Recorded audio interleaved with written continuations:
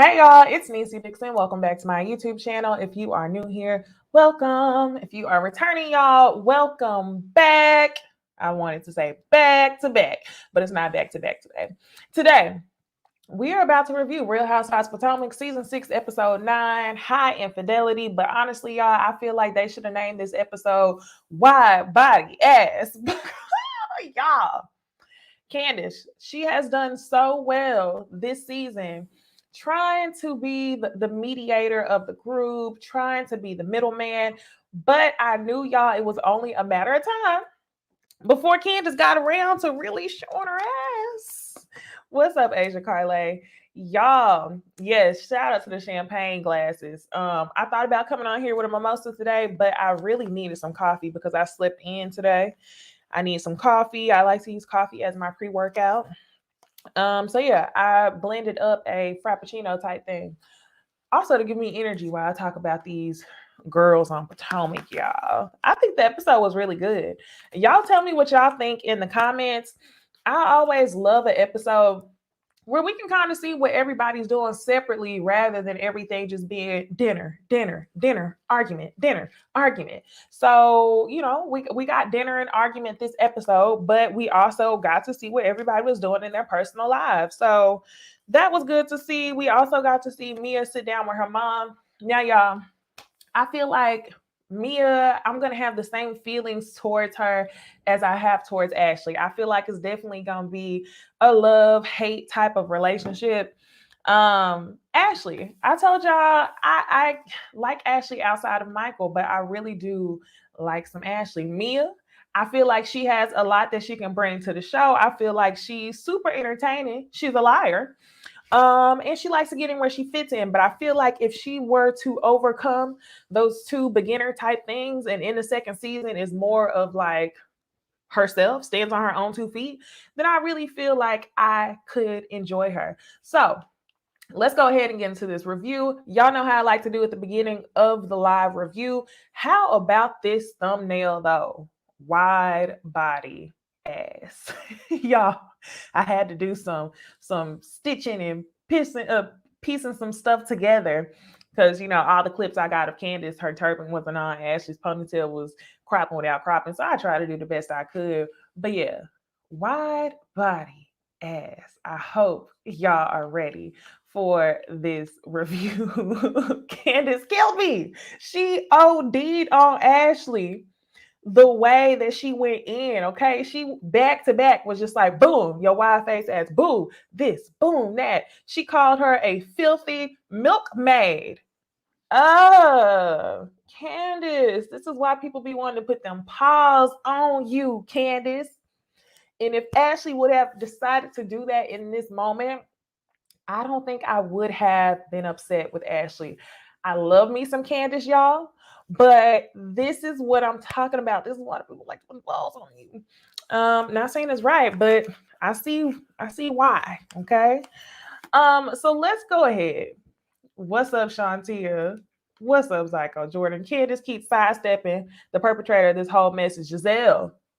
I agree. Gizelle is a perpetrator of this entire mess.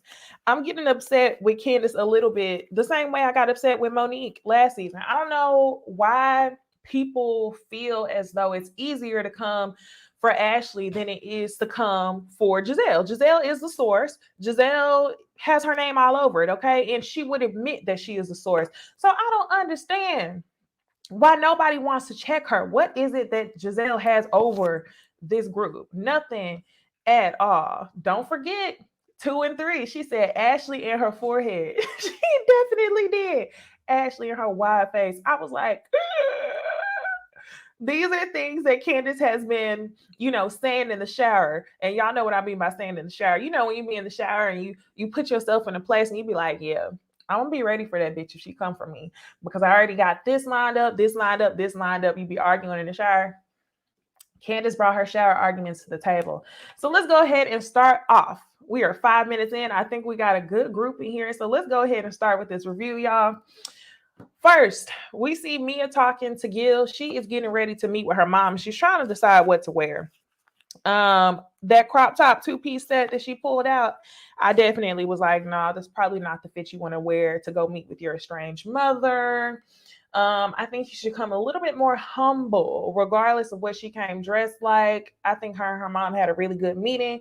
We will get into the details of Mia meeting with her mom in a second. So now in the next scene, we see Wendy and Eddie. And Wendy, okay, first off, I have to say I love the makeup, Wendy. Wendy's face matches her neck. And I don't really mind the wigs. I know last season a lot of people gave Wendy a hard time because her baby hair met her eyebrows, but I wasn't really mad at it. Okay. So yeah, shout out to Wendy for the flawless skin. She's given very much deep brown, like a beautiful look. And I feel like that's why all my thumbnails for this show has been based in brown, because all the episodes where Wendy was like the main person, I just felt like the brown background just looked the most beautiful on her. She looks good. Now, I feel a little bit more forgiving of Wendy because she was doing a lot early on. But now I feel like this whole facade has definitely been knocked down and that she's being a little bit more real. So, this is the Wendy I like.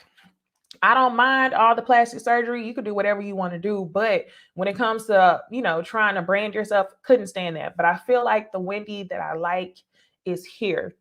So Wendy and Eddie are having a conversation, and you could tell that everything's still weighing so heavy on her heart. It's been days.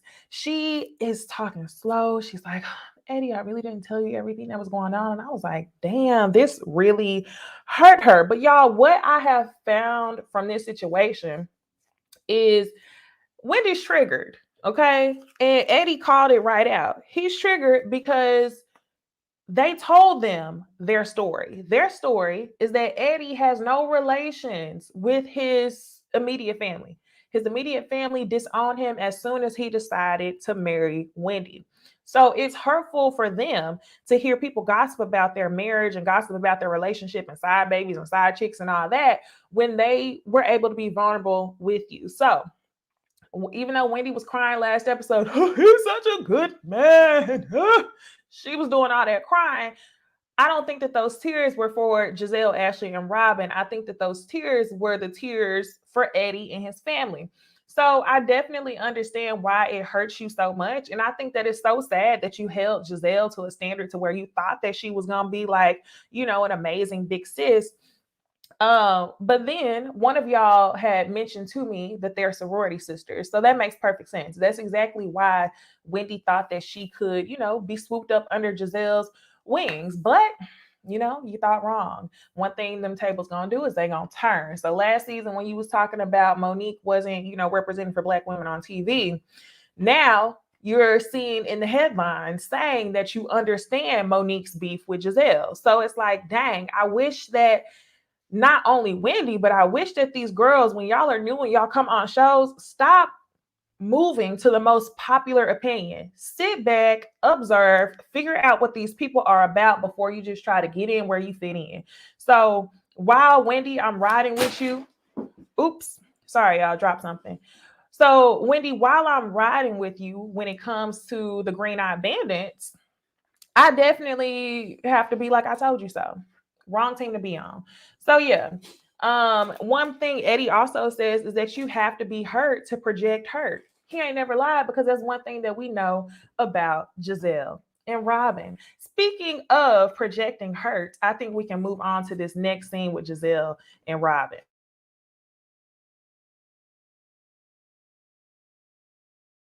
So Gizelle and Robyn are doing their little podcast thing. Robyn heads over to Gizelle's house, and I forgot the name of the episode. I'll have to listen to the full episode. I really haven't given them, I said full episode. I'll have to listen to what I can listen to of Robyn and Gizelle's podcast, but I'm particularly interested in hearing this episode because from the whole 2-minute clip of what we saw Robyn and Gizelle talking about, the blind leading the blind. I think it's very funny to hear these women give their perspectives on cheating because they're the same women who are always so opinionated when it comes to people's marriages and relationships. First and foremost, neither one of them are currently married. So I'm just like, it'd be interesting to see what y'all are talking about on y'all's podcast. So y'all did what y'all supposed to do. Y'all got me interested to hear what bullshit y'all about to say. So Gizelle, she says she looks up statistics and she finds out that there's a 350% chance that if a man cheats once, he will cheat again. Then she also says that whenever she does a mental survey in her mind and she thinks about women that she knows, she says 100% of men cheat. And I think that that's very sad. I think that that also plays a part on Gizelle's self-esteem, just like Wendy said. And I think that's why she allowed Jamal to come back, because she feels like, why go lay with the cheater I don't know than to lay with the cheater that I already know? So I'm like, that's really sad. And you're definitely projecting hurt. And we should probably try to figure out what's going on in here before you try to figure out what's going on with Wendy and everybody else. Say it again, Asia. Who is asking them for relationship advice? But okay, whatever. So speaking on Gizelle ends up saying there's a 350% chance that men cheat again after cheating one time. She says that she wished somebody told her that 2 years ago. So in the confessional, they break it down and ask her more questions. Are you speaking on Jamal? Like, what do you mean you wish you knew 2 years ago? And of course, Gizelle gets all, well, I was joking. Of course you were joking, right? Nah, you wasn't joking. That's exactly why your self-esteem is set up the way that it is. So, yeah, I just find it funny that Gizelle says she wished somebody told her about the 350% statistics 2 years ago. But the thing is, Jamal had been cheating on you. So the stats for Jamal is probably more than 350%. It's probably in the 700%. I'm calculating 700% because I'm trying to think about the number of children that he has outside of his marriage. So y'all do the math and let me know. Okay, so Gizelle says that she would be willing to forgive something if it was just like a one night stand at a bachelor party. That was forgivable. And Robyn then co signs with her. And when she said that, I was like, self esteem. That's what I'm talking about. That's not cool. But some women, and I don't know, maybe it's the older women who know more than me. Maybe it's me being naive and young and having, standards as of now. I feel like I always have standards. That's the way I am. But a lot of older women think this way. A lot of older women think it's better to have a piece of a man than a whole man. And just to see the both of them agree and say that that was excusable, like, to me, that would never be excusable at 26. Robyn says that when she was younger, she would turn a blind eye to stuff because she knew she wouldn't leave. As she's older, she knows that those are things that she wouldn't stand for. Robyn's situation is a little bit different. I think that's something that I wish she touched on during the episode. You were in a relationship with a professional athlete, Robyn. Everybody says that professional athletes cheat. You wanted to stay where you thought that the money was. You also wanted to stay where you were familiar with. So I just hate to see them give these blanketed statements. 350% of men cheat. It's like, you honestly want to think that just because you suffered, everybody else is suffering as well. Speaking of, Gizelle mentions on the podcast, she was just checking in with the girlfriend lately, and she took it as me trying to be messy, but I was trying to be helpful. Number one, there's nothing that you can do to help a friend in their marriage by bringing up rumors. Allow Wendy and Eddie to handle that. But the other thing is, everybody knew that the rumor was false. So you're coming from this place of fake concern. I always have to think about intent whenever it comes to Gizelle. And this is why I can't stand Gizelle, because Gizelle is miserable. A lot of the time, her intent comes from a negative place and literally just to cause chaos. And I always tell y'all I have a love-hate relationship with Ashley. Reason being is because I don't feel like Ashley is miserable. Ashley is just messy as fuck, which I feel like every Housewives franchise needs a messy bitch. Now, a messy, miserable bitch, That's what I can't get with, and I feel like that's another reason why I don't really like Kenya more. Love fun Kenya, but miserable Kenya, nah, hate it. Here we go. I'm lost without my map says that's that your grandpa and I have been married for 53 years, but granddad has 3 different families around town. Say it again. uh, I can't stand it. So I think what we all should do, we should take a Tabitha Brown and we say, we need to figure out what's going on with Ian. Let's pray for her. Okay. So now we can move on to Candice and Chris. Candice and Chris are having a recap conversation about what happened on the trip. They talk about all the things that she has to do for work, but really the 2 big things that come up is Candice ends up telling Chris that Gizelle was being messy.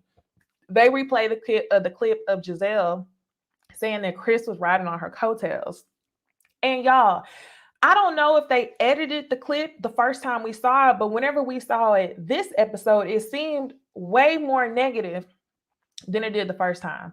The first time we knew it was negative, but this time it was just the audacity for me. I didn't know that she delivered the message to Candice that way. She said something about Candice, well, if Chris isn't working, that means he's basically sitting at home. And to me, that's riding her coattails. So the way she said it in a group setting about a man that's yours that you don't have to worry about, a man that you don't never have to worry about, I was just like, wow. Candice really did not curse her out at that dinner table, because the way that she delivered it to me didn't seem helpful, didn't seem slight. It definitely seemed pretty direct to me. She was direct with her bullshit, and that's why I think that she deserved a direct cursing out. But that's just me. I don't think that you should even touch on people's marriages, Gizelle. If you want to be a friend, then be a friend. I think you should leave husbands out of the equation unless your friends bring concern about their husbands to you, which I don't see anybody doing. The other thing that Candice talks about is that Gizelle has been scorned in her relationships, and she knows that Gizelle is just projecting. On top of that, she touches on Ashley, but she can't talk about Ashley without saying Ashley and her forehead. It was just like, Candice, I love you. I do. But every time you get ready to talk about Ashley and her forehead, I cannot help but these people talking about you and your nose. Candice, you are beautiful to me. But the way you talking about Ashley and her forehead, you would think that the internet has not dragged you about having a nose like that girl from the Grinch. Don't do it, Candice. I hate that for you. I'm really just trying to protect you. You're not making it easy. So now, y'all, let's go ahead and get to the next scene. The next scene, we see Michael Darby. Ugh.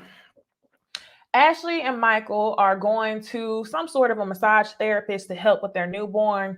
The baby has had a hard time latching.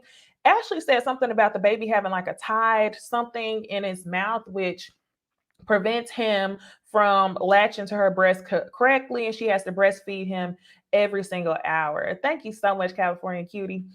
So this whole scene rubbed me wrong because I feel like from the beginning, I really understood that Ashley does not want to completely. Ashley's battling being a mother with being Michael's wife.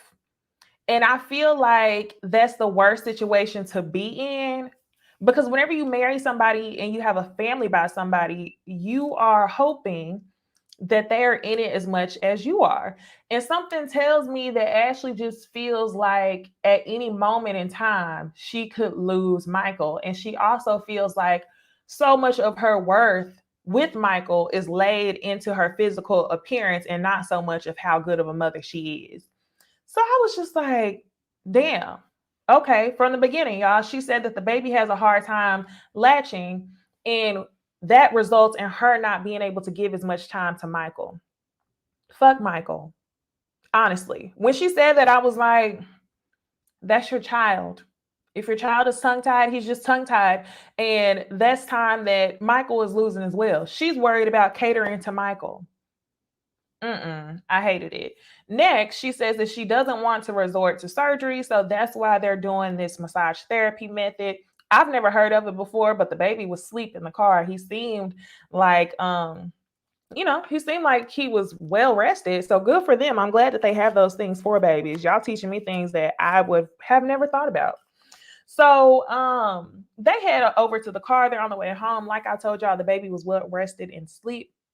And Ashley said that she feels bad because she didn't want Michael to watch the baby come out of her vagina.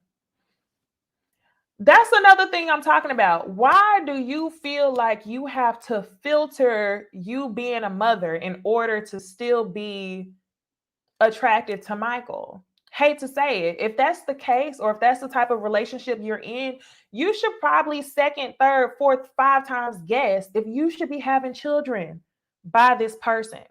Okay? Because that's a very scary thing for you to have children for somebody. Once you have the kid, they no longer want you. And you can tell Ashley is afraid and that she's juggling this entire conversation. Michael says that he hadn't even thought about what her vagina looked like. All he was thinking about was his son coming out. So it's almost as if Michael is telling her, like, hey, like, those are your own insecurities, right? That's what I thought for a hot second. I was like, well, maybe Ashley's just being insecure. But no, he reassures her, I'm happy with your weight, just like Monique said. He reassures her, I'm happy with your weight. I think that you're getting back into shape really quickly, and that he's attracted to her. He said that she doesn't look like she gained a pound. So I hate that they're having conversations about Ashley's weight a month after her having the baby. I'm assuming a month because she was on the trip at 3 weeks with Dylan. It's just sad to see it. And Ashley, I feel like that's something that you probably should have considered. I feel like that's something that Michael wasn't shy to tell you, because your uncle told you that Michael saw you as a trophy wife. And whenever you even brought up having children, Michael wasn't really interested in starting over with the family again. So I hate to see it. I'm lost without my map. Says, I didn't want my husband to watch. That man is a fainter. That's fair, right? That's very fair. But she didn't want him to watch, thinking that he would no longer be attracted to her, knowing that she had his baby. That's stupid to me. Kimmy says it's not that she didn't want him to see her stretch wide open. Right. She didn't want him to no longer be attracted. But I think it's bigger than him just not seeing her vagina being stretched. It's much bigger than that. So what else? Okay, Denise. Denise says, I wanted to throw up when they were in the car, and she said we haven't gone hardcore. Right. Okay. Another thing we find out in the car is that they haven't really had hardcore sexual relations. Everything has, just kind of taken a toll because she's been worried about being a mom. So, girl, I really hate to see it, that you are not only having to adjust to your mom body, but you're worried about your husband. And I don't have any kids. I'm sure a lot of y'all can see where Ashley is coming from. But all I'm saying is, I don't want to have any children if my husband will no longer appreciate me, or my value will be diminished because my body no longer looks the same after having his children. And I feel like that's where Ashley is. So I hate that for her. Okay. So, y'all, let's go ahead and move on to the next scene. The next scene, we see Robyn. Robyn is talking to Carter, and she feels like she needs a life coach. So she's going to get a life coach for her 42nd birthday. Really don't have much to say about this scene, but I definitely feel you on that life coach thing. Good for you.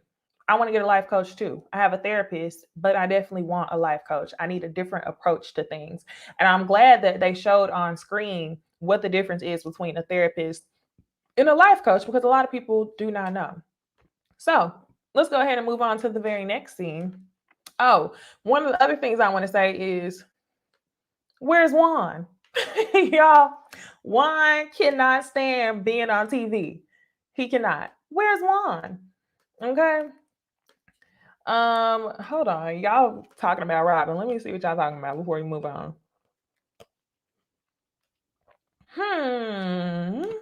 Hannah. She says a new life coach or a new storyline, whichever one, really. Girl, I feel you on that. I feel you. Juan said, mail me my check, right? Juan's like, y'all need to see me just in quick segments and leave it at that. Okay. So now, y'all, we can move on to Mia and her mom, Veronica, which was really nice to see. Y'all killing me. Which was really nice to see. So, y'all remember, Mia has an estranged relationship with her mom. They haven't really been keeping in touch ever since her mom has been sober. Keep in mind, if y'all haven't been keeping up with the show, because I know some of y'all watch the reviews, but not the show. Mia grew up in foster care. Keisha, what's up, girl? Right now, I'm drinking a Frappuccino. I said I wanted to be on some mimosas with y'all today, but I'm about to work out and I'm trying to have a productive, energetic day. So I made myself a blended coffee. All right. So Mia meets with her mom, Veronica. And it was awkward at first, y'all. It was very awkward. And I didn't know what type of energy her mom was going to give. I was very nervous for her. Because Mia sits down and she's like, this is so exciting. I'm so excited to be here. And Veronica is all like, but I took it as her mom being nervous. So what she ends up wanting to talk about is, she talks about her daughter. She talks about Juju. And her mom says something like, well, she's just like you and you're just like your dad. She said, when you were younger, I used to look at you and I used to be like, ugh, she gets on my nerves because she reminds me of her dad. And when she said that, I kind of felt bad for Mia because it wasn't so much like, ugh, that girl's crazy. I can't stand her. It was literally like a point of, ugh, repulse. Like, ugh, she's just like her dad. I can't even fool with her. So I was like, damn, where did that come from? So Mia ends up asking about it.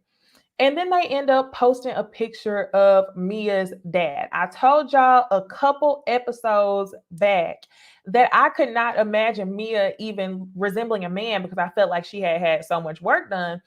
Apparently, she hasn't had very much work done because to me, her face looks just like her dad. Whenever I saw her and her mom sit down, I was like, she doesn't look like her mom at all. And that's because she looks exactly like her dad.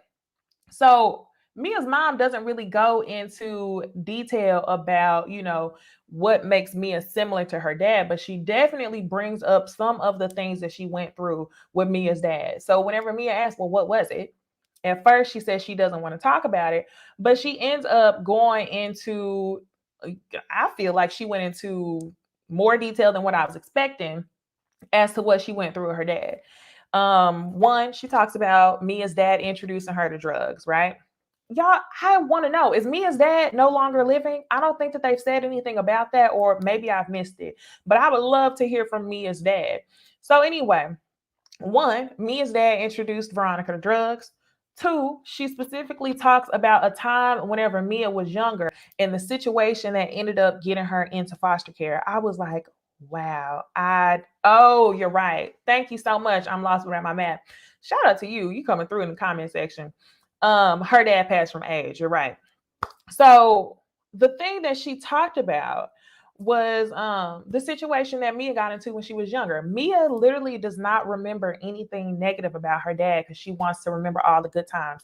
She said in her confessional that she doesn't remember basically whenever the drugs had taken over her father's life. So there was a time when Mia was at home, she was making some oatmeal, and she suffered second and third degree burns all down the side of her body. And that's what made me wonder, damn, is that what's on the side of her face right here? Because in some scenes and some lightings, you see Mia and she has like indentation on her face. And I literally had no clue what it was. I was talking about it on the Ooh Ladies First panel, and I was like, if you've gotten so much plastic surgery, why wouldn't you get this fixed? But that makes perfect sense because if they're second and third degree burns, there's literally nothing that she can do about it. So she has burns all down her side. Her father wasn't watching her. Um, her father wasn't watching her, and Veronica got a phone call. Whenever Veronica got the phone call, she was only at work for 15 minutes. She came home to check on Mia, and whenever she got home, Mia's dad was at home with another woman. So it was a lot of things that was going on. She also admits that she thought about taking her own life over Mia's father. So there was a lot going on between Mia's parents when she was younger. Honestly, I really hate the idea of foster care because I know that, and don't take that as a blanketed statement. I know that foster care can be good, but I also know that there are flaws in the foster care system whenever people have to go from house to house to house. And a lot of people do foster care for the checks. So I know that that's not always the best environment for children to be, but I definitely don't know. That's just a sad situation. Would it have been better for Mia to grow up in the foster care system? Because even then, we don't know what Mia went through when she was in foster care, which may be why she romanticizes the idea of her parents. She doesn't remember anything bad. So I honestly don't know. I just go into all these deep thoughts. What happened to Mia? Was she in a better place, or was she always secretly wondering, I wish I was with my parents right now? So we should see, and this is what I'm saying about Mia. I feel like Mia has a very, very real story. I feel like she's a good business owner. She's a mom. She's doing her thing. And there's so much to be learned about Mia. She's just not on the screen talking about, I'm a boss, I'm a boss, I'm a boss, I'm a boss. She's definitely opening up. So if only you could, stand on your own 2 feet, stop trying to get in where you fit in, I think that you would be a favorite. But we don't really know who you are because you keep flip flopping, Mia. So decide where you want to stand, have your own opinion on things, stop lying. And I think that, you could go far on the show. I would love to see Mia for another season.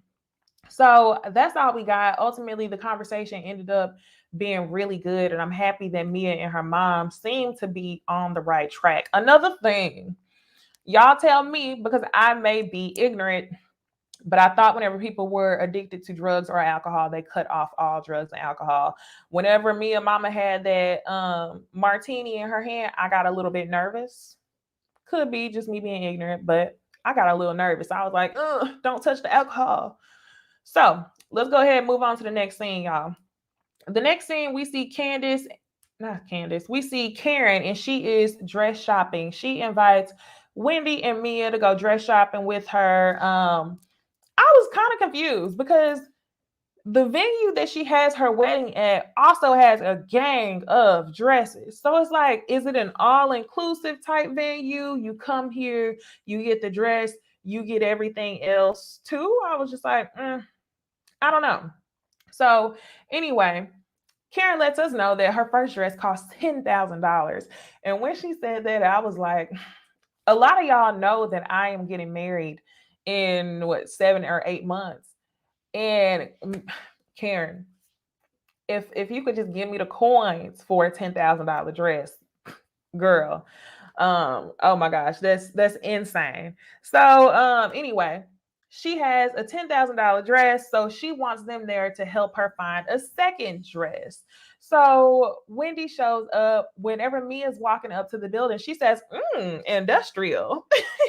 And I was thinking the same thing, but at first I was like, well, she's just looking for a dress, so who cares if the area where she's shopping for a dress is industrial? Like, girl, I don't care. We got a place in Dallas called Design District, which is pretty industrial, but there's plenty of designers in Design District, obviously. So I was like, Mia, you tripping. But no, we find out that is the venue. Mia ends up saying something like, oh, well, the inside is beautiful, but the outside, we might need to put some runners out there. Girl, you ain't never lied. Karen, I know you got the coin. Y'all gonna have to do something to the inside of that industrial area to make it look glam, because it's like, it's giving event center.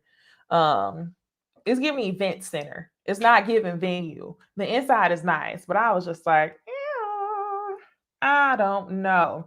California cutie, girl, I'm right here with you. She says maybe she is renting the dress. I think so as well, but I wasn't sure.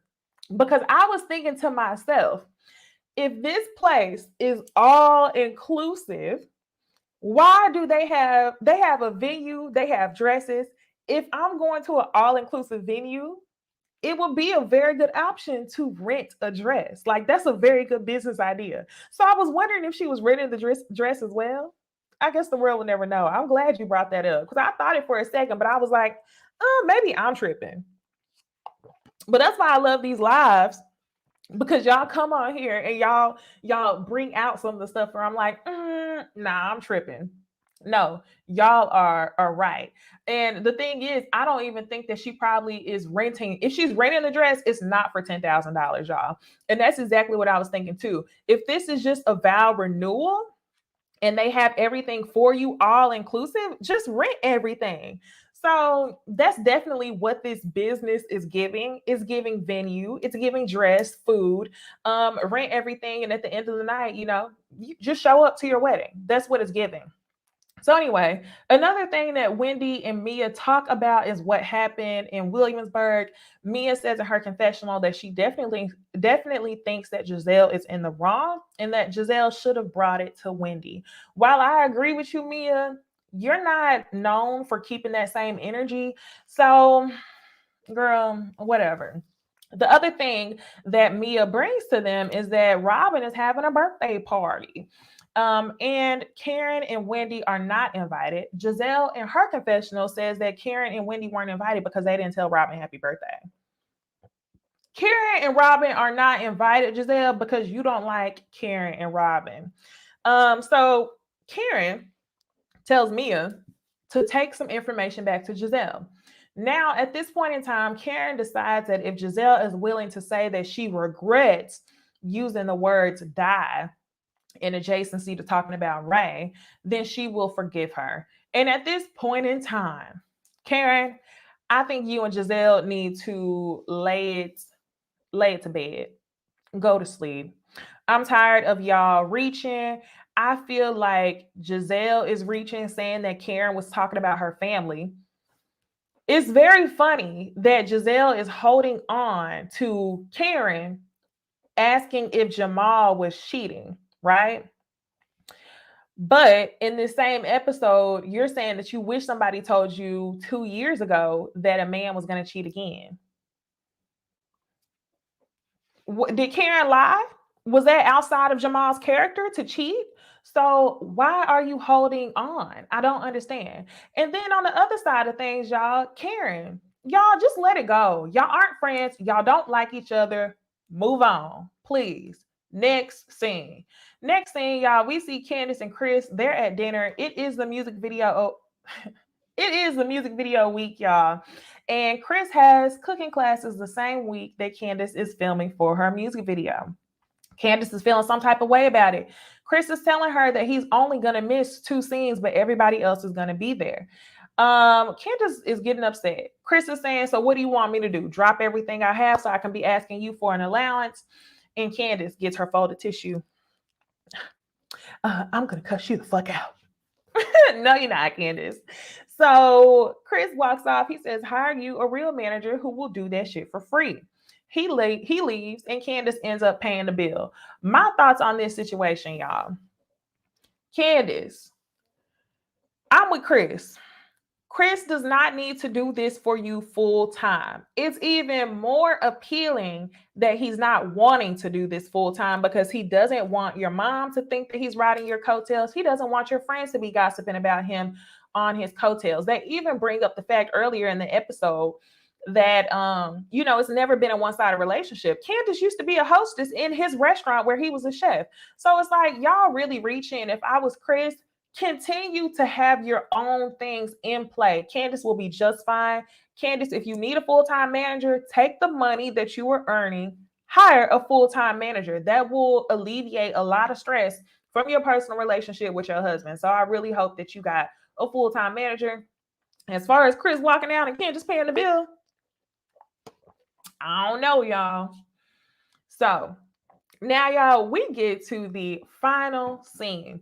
The final scene, all the girls are at Robyn's birthday party. It's just another dinner scene. It's a damn birthday dinner. And, whenever Ashley shows up, they're sure to leave this in. Ashley's talking about her body. She's like, yeah, it's been a little bit harder for me to drop it this time. And they're convincing her that she looks good. Like, girl, don't worry, you look good. You look good. Which is very fitting because Candiace is going to come and light her world up. So Candiace says, I want to talk about the people that are missing. The people that are missing is Karen and Wendy. The group starts talking about the whole situation. The other thing I have to add, I should have added a screenshot, but Gizelle looked a damn mess. She was wearing a long sleeve cheetah print top with the diamond necklace attached to the damn shirt and the diamond arm cuffs. Girl, I cannot. So yes, they start talking about Wendy. Gizelle says that she basically put the ball in Wendy's court, that they need to have a conversation in private. Why do y'all need to discuss in private if you've been sharing her information publicly, Gizelle? Anyway, since Wendy hasn't approached Gizelle about what Gizelle has done, Gizelle says that time has expired, and now she's done with Wendy. So I'm like, okay. Robyn shows up, and Robyn says that even though her and Wendy talked it out, she still feels like things are unresolved, and she hates that Wendy just assumes that she's on the same shit that Giselle's on. But you are. Okay. Princess, Giselle's outfit was a mess.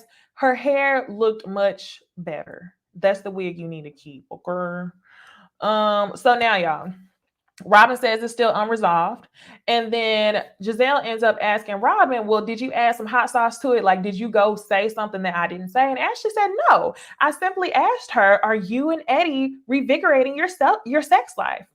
And that's whenever Askala says, well, that's basically you saying that the rumor is true. Then the table gets loud. Candace says, absolutely, that hoe did. When Ashley said that, when Candace calls Ashley a hoe, Ashley says, who are you calling a hoe? And Candace says, you, because I feel like it.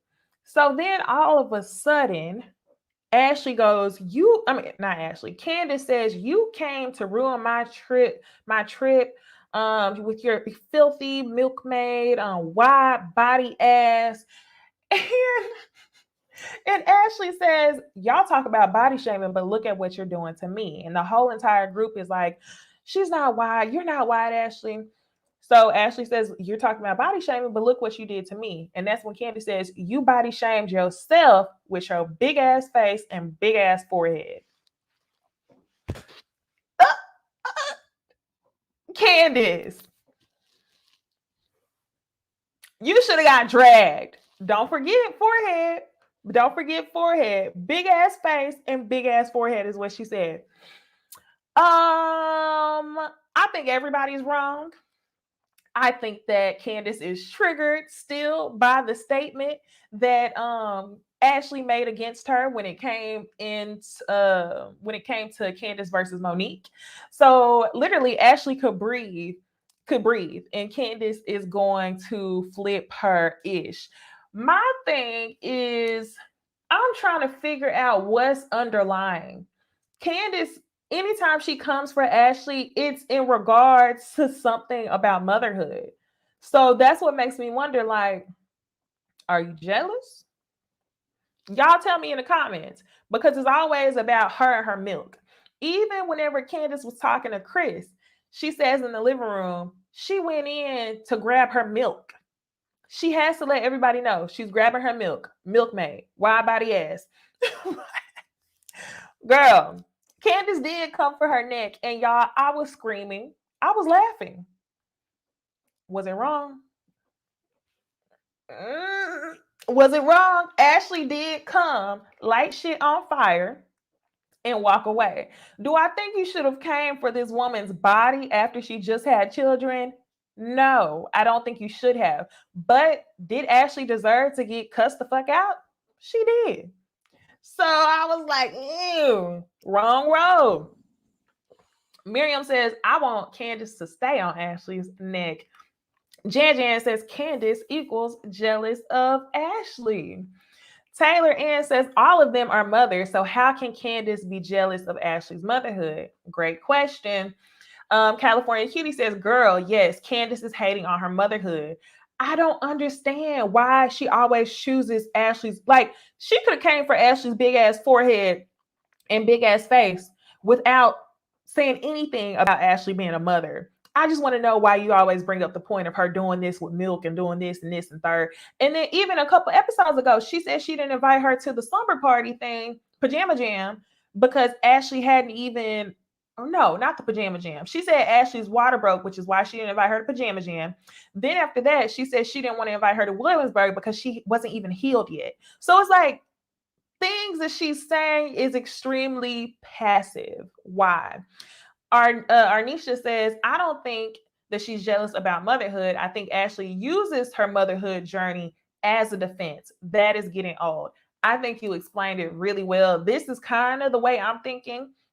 Candace is always coming for Ashley's motherhood because Ashley is always talking about her motherhood as if that turns her into Mother Teresa. So I definitely understand that.